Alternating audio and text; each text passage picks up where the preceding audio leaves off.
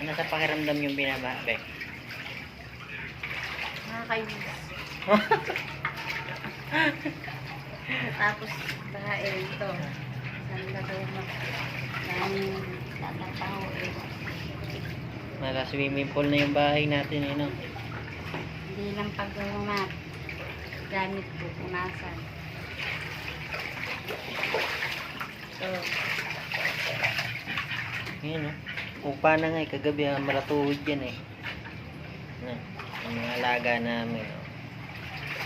Dito sa labas, malatuhod pa rin yan. Ayan. Ayan.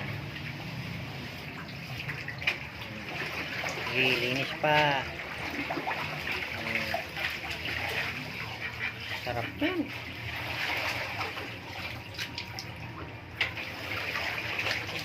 Ilan pa yung bagyo na darating? yung tatlo pa. Tatlo pa? Yung pa lang ito. Ayan, tapos. Huwag ka muna maglinis. May bagyo pa pala na darating. Antayin muna natin yung tatlo. Dito.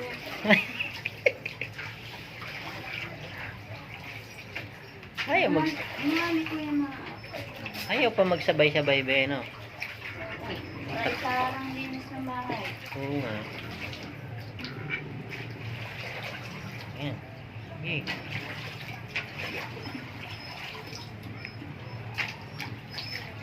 Kapit bahay namin, painumin lang ng alak ng mga putang.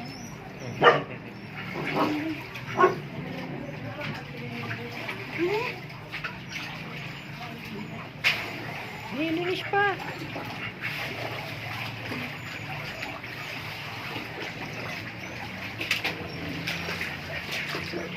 Mga alaga mo.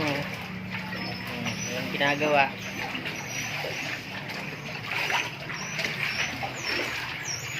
Ay, nahulog na naman. Buhaya.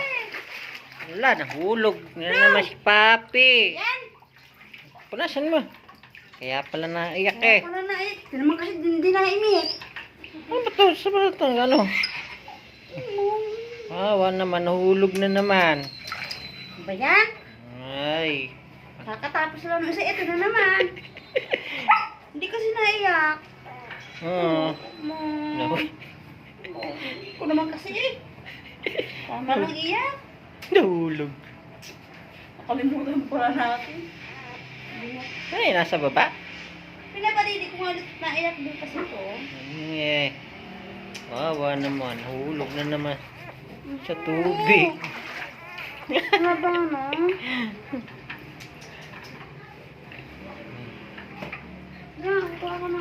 Nahulog.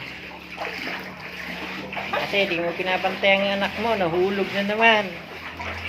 Nakita mo ba naman na iyak-iyak ka tuloy. Iyak ka, kasi nahulog. Ayaw mo kasi bantayan eh.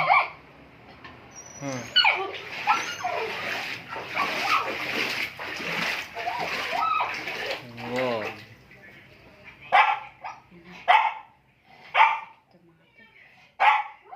Kamaingay dyan.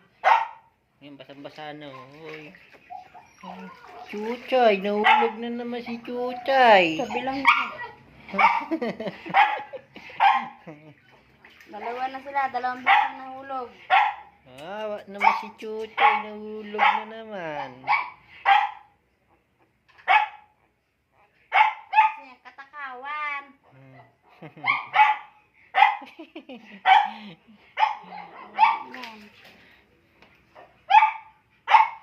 Shh. Yan, tuloy mo kasi bantayan eh. Hindi siya naiyak nun. Yung isa naiyak yun eh pag nahulog. Naiyak yung isa eh. Iyak nang iyak. Bahala ka dyan sa buhay mo.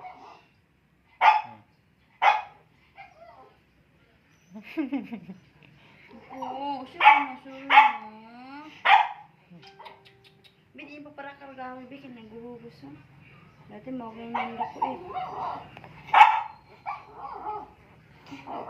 Puli na. Sige na. Ano ka na?